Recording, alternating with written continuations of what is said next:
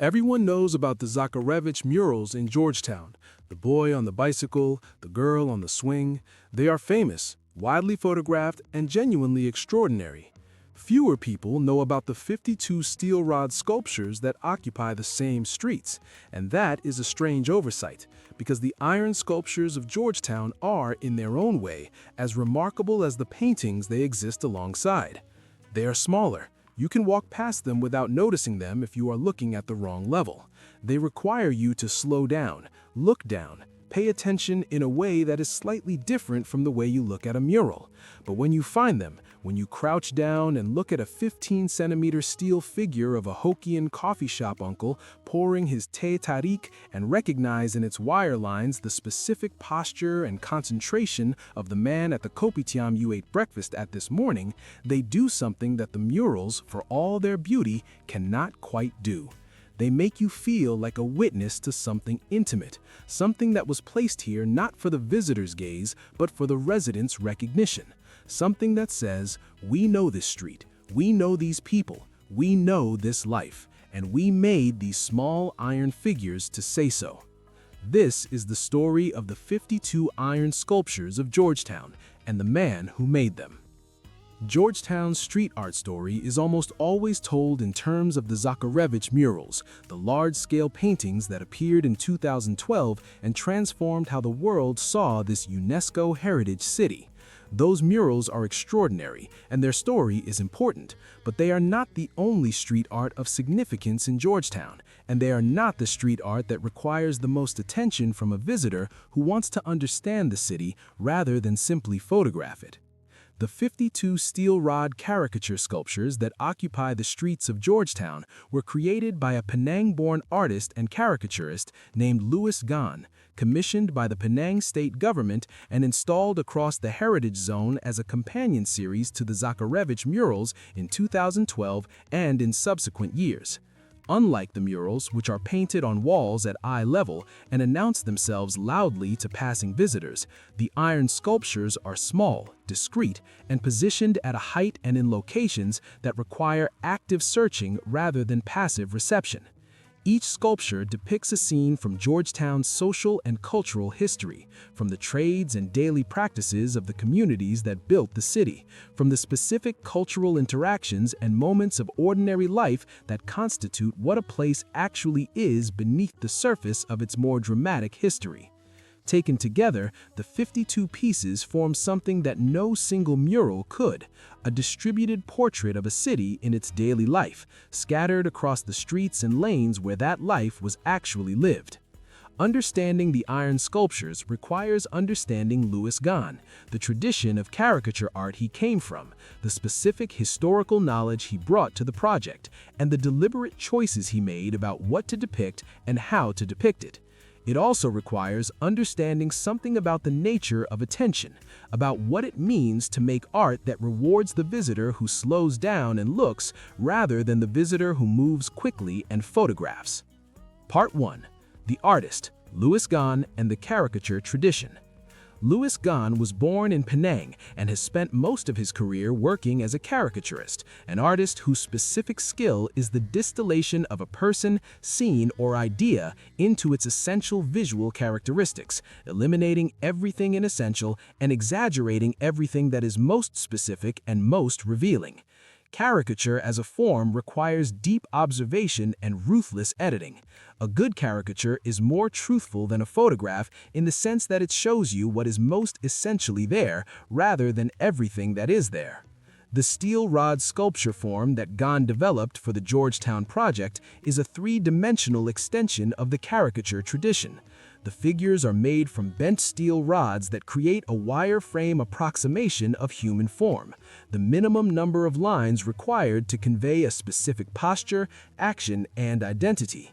The economy of means is extraordinary. A steel rod figure of a trishaw driver contains perhaps a dozen bent lines, and yet the specific way those lines are arranged, the angle of the body, the position of the hands on the handlebars, the slight forward lean of someone pedaling, communicates instantly and precisely who this person is, what they are doing, and something of the social world they inhabit. Gan spent considerable time researching the history of Georgetown's communities before beginning the project. The scenes depicted in the sculptures are not invented or generic. They are drawn from specific historical records, photographs, oral histories, and the living memory of communities that had been practicing specific trades and customs in specific parts of Georgetown for generations. The trishaw driver is depicted at a trishaw stand that actually existed on the street where the sculpture is installed. The noodle seller is shown making the specific type of noodle that was sold from that particular type of mobile cart in that particular neighborhood. The specificity is deliberate, and it is the source of the sculpture's particular power. The choice of steel rod was also deliberate. Steel rod is permanent. It will not fade like paint, will not peel or crack in the tropical humidity that degrades painted murals over time. It is transparent in the sense that the spaces within the wire form are part of the piece. You see through the sculpture to the wall behind it, which means the piece exists in dialogue with its specific location rather than imposing itself upon it. And it is legible at a small scale in a way that painted figures are not. The simplification that the wire medium requires actually increases clarity at the small sizes Gan chose to work in. Part 2. What the sculptures depict. The 52 sculptures cover a remarkably wide range of Georgetown's social history. They depict the trades and occupations that define the economic life of the heritage zone across different eras. They depict the specific cultural practices and ceremonies of the Hokkien Chinese, Malay, Indian, Tamil, and Peranakan communities that built the city. They depict moments of ordinary daily life, the coffee shop uncle, the street vendor, the children playing, the religious procession that accumulate across 52 pieces scattered across the streets into a portrait of a city going about its life. Some of the most beloved pieces depict trades that no longer exist in Georgetown in any significant form. The letter writer, the literate man who sat at a small table on the 5-footway and wrote letters for hire for community members who could not read or write, was a common feature of Chinese immigrant neighborhoods throughout Southeast Asia in the late 19th and early 20th centuries, when the migrant population included many who had left school before literacy and who needed written communication for everything from business correspondence to messages to family in China. The letter writer in the Georgetown sculpture is shown bent over a piece of paper, brush in hand, a client seated opposite him, the specific posture of someone who performs a service that combines professional skill with personal intimacy. The trishaw riders depicted in several of the sculptures represent a transport form that was once one of the defining features of Georgetown's street life. The bicycle-powered rickshaw, the trishaw, was the primary mode of short-distance transport for hire in Georgetown from the early 20th century until motorbikes and cars displaced it. The trishaw riders who remain in Georgetown today operate primarily as tourist attractions rather than as functional transport. The sculptures depicting trishaw riders in their original functional context, transporting goods, carrying passengers, waiting at trishaw stands, are a record of something that was once essential and is now largely ceremonial. The clan jetty scenes depicted in some of the sculptures reference the extraordinary waterfront community of the clan jetties, the Chinese clan settlements built on stilts over the water at the southern edge of Georgetown, where different Chinese dialect groups, the Chu jetty, the Tan jetty, the Lim jetty, among others, established separate waterfront communities that have been continuously inhabited since the 19th century. The jetties are one of the most physically distinctive features of Georgetown's heritage landscape, and the sculptures that reference their specific community life, the fishermen, the children playing on the boardwalks, the women doing laundry over the water, capture something that the jetties themselves, increasingly transformed by tourism infrastructure, now only partially convey. The Peranakan cultural scenes depicted in the sculptures are particularly rich. The Peranakan wedding ceremony, with its extraordinarily elaborate dress, its multi-day sequence of rituals, its specific hybrid of Chinese and Malay cultural forms, is depicted in several pieces with enough specificity to constitute a genuine historical record of practices that even within the Peranakan community are now observed primarily for ceremonial rather than practical reasons. The pieces depicting the Peranakan kitchen, the Nonya cook at her charcoal stove, the specific implements and ingredients of Peranakan cuisine are a culinary history compressed into wire form. Part 3. The Walk. How to find them. Finding all 52 iron sculptures requires something that most tourism infrastructure in Georgetown is not designed to encourage: slow, directionless walking. The sculptures are distributed across a wide area of the heritage zone, not concentrated along any single route. Some are in the most visited parts of the Old City, on Armenian Street, on Lebu Pantai, in the Clan Jetty area. Others are in quieter lanes that the standard tourist route bypasses entirely, in the shophouse streets behind the tourist-facing main roads, in the neighborhood around the clan houses on King Street and Carnarvon Street, in the back lanes where the traditional trades and workshops that have not yet been converted to tourist-serving businesses still operate. The official map of the sculpture locations is available from the Penang Tourism Board and from various heritage organizations in Georgetown, but many experienced visitors to the sculpture trail recommend avoiding the map entirely and finding the pieces through walking alone, treating the unknown locations as part of the experience rather than as a puzzle to be solved efficiently. The ones you find by accident, when you turn a corner for no particular reason and there is the wire figure of the stilt house fisherman at exactly the level where your eye happens to fall, stay with you in a way that the ones you walked to find do not. Part 4. What the sculptures see that the murals do not. The iron sculptures and the Zacharevic murals were installed in the same city in roughly the same period and both engage with the heritage and community of Georgetown, but they work in fundamentally different ways, and they reveal fundamentally different things about the place. The Zacharevic murals are about presence. They fill large wall surfaces with images of overwhelming skill and scale. They declare themselves. They say, "Look at this."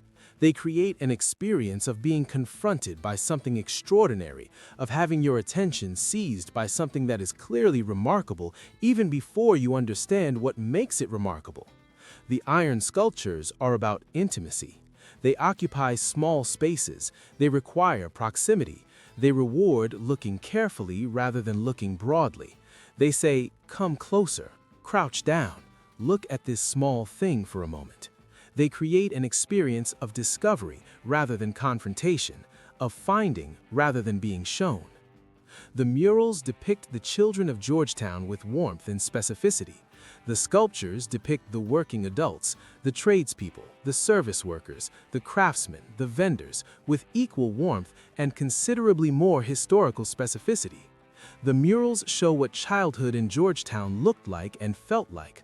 The sculptures show how the economic and social life of the city was structured, who did what work, where they did it, how they moved through the streets, how they interacted with each other across the boundaries of community and class and language that divided the city's population. Together, the murals and the sculptures constitute something more complete than either achieves alone. The murals give you the emotional heart of the place, the specific, recognizable human warmth of children playing in streets that are genuinely beautiful. The sculptures give you the structural knowledge of the place, the trades and the customs, and the daily practices of the communities that built the city's economy and its social fabric. Both are necessary. Neither is sufficient without the other. Part 5. The sculptures as historical record. One of the most important and least discussed aspects of Louis Gan's iron sculpture project is its function as historical documentation. The scenes depicted in the sculptures are not invented or decorative. They are drawn from specific historical research about the actual lives of the people who lived and worked in the specific streets where each sculpture is installed. This site specificity makes the sculptures a form of public history, a distributed archive of the city's social and economic past, placed in the actual locations where that history unfolded. The sculpture of the Kangxi man, the debt collector for the clan associations who enforced the financial obligations of the immigrant community, is installed in a neighborhood where the clan associations were historically dominant.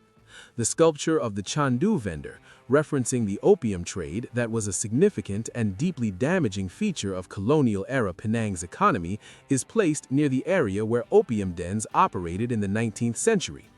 This historical precision is unusual in public art, and it produces an effect that purely decorative or generically historical public art does not. When you find a sculpture and look at what it depicts, and then look at the building it is mounted on and understand that this specific trade or this specific community practice happened in this specific place, the sculpture becomes transparent to the history behind it in a way that rewards exactly the kind of engaged, curious, historically minded visitor that Georgetown deserves. The opium trade reference deserves particular attention because it is one of the less comfortable aspects of colonial Penang's history that the sculptures engage with directly. The British East India Company's management of the opium trade in colonial Malaya, its encouragement of opium consumption among the Chinese labor population, its taxation of the trade, its complex moral position as both the regulator and the beneficiary of a substance that caused significant harm to the communities that consumed it, is a part of Penang's history that conventional heritage interpretation tends to handle cautiously. The iron sculpture that references the Chandu trade does not shy away from this history. It depicts it with the same even, specific, descriptive quality that it brings to the more comfortable scenes of the trishaw rider and the letter writer. This even-handedness, the willingness to put the difficult alongside the charming in the same series of public artworks distributed across the same streets without editorial hierarchy that ranks one kind of history as more appropriate for public display than another, is one of the project's most significant achievements. Georgetown's history is not only charming. The iron sculptures do not pretend that it is. Part 6. What happens to the sculptures? The 52 iron sculptures face a different set of preservation challenges than the painted murals that accompany them in Georgetown's street art landscape. Steel rod in a tropical maritime environment, exposed to salt air, tropical rain, and the daily contact of passing pedestrians, vehicles, and the occasional tourist who decides that touching the sculptures is acceptable, corrodes. Some of the older sculptures show rust at their mounting points. Some have been repaired. Some have been replaced. The patina of rust that accumulates on the steel over time changes the appearance of the figures in ways that are aesthetically interesting. The darkening of the wire lines against the wall surface gives older sculptures a particular gravity that new ones lack. But that also marks the passage of time and the approach of a moment when restoration or replacement becomes necessary. Several sculptures have been damaged or stolen over the years. The theft of small bronze and steel artworks from public spaces is a phenomenon that occurs in cities around the world, and Georgetown has not been exempt from it. Replacements have been made where the originals were lost, but the replacement pieces occupy the same position without the specific patina and history that the originals had accumulated.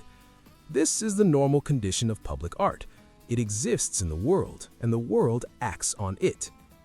The more significant threat to the sculptures as a coherent public art project is the same threat that faces the living heritage of Georgetown more broadly, the transformation of the neighborhood around them. As the heritage zone is developed, as traditional shophouses are converted to tourist-facing uses, as the street life that the sculptures depict is displaced by the tourism economy that the sculptures helped attract, the context that makes the sculptures meaningful gradually erodes. A sculpture of a coffee shop uncle making teh tarik on a street where the only coffee shops now charge 40 ringgit for a specialty pour-over and cater exclusively to tourists is doing something different from what it was doing when it was placed among the actual coffee shops and actual coffee shop uncles it depicted. The sculptures remain. The streets around them change. The relationship between the art and its location, the site specificity that is the source of the project's power, becomes increasingly historical rather than contemporary. This is not a reason to remove the sculptures or to stop appreciating them. It is a reason to appreciate them now, in the specific present moments when some of the context they depict is still visible, while it is still possible to look at the wire figure of the trishaw rider and then look up and see an actual trishaw rider in the street beyond it. There are 52 iron sculptures in Georgetown, Penang. Most visitors to the city find fewer than 10. The ones who find all 52 describe the experience as one of the best things they have done in Southeast Asia. I believe them. The sculptures are small. They're quiet. They demand a form of attention that the more spectacular elements of Georgetown's street art scene do not. They reward patience and curiosity and the willingness to get slightly lost and to look at the world at a height that is different from the height adults usually occupy. And they tell a story about Georgetown that no other single element of the city tells with the same combination of historical precision, visual charm, and specific love for the place and the people who made it what it was. The coffee shop uncle bending over his charcoal stove, the letter writer with his brush and his paper and his client's news from home, the trickshaw rider at his stand in the afternoon shade, the Peranakan bride in her extraordinary dress, the Kangsi debt collector making his rounds, the children at the Clan Jetty boardwalk, the Chandu vendor on the corner that is now a boutique hotel. They are all there, in the steel, on the walls, waiting for the visitor who looks down as well as up, who slows down as well as moves through, who finds rather than being directed. Go find them. If this put the iron sculptures on your radar, hit the like button, subscribe for more Penang and Malaysia content that goes this deep, and drop a comment below. How many of the sculptures have you found? What was the one that stopped you? I read everything. See you in the next one.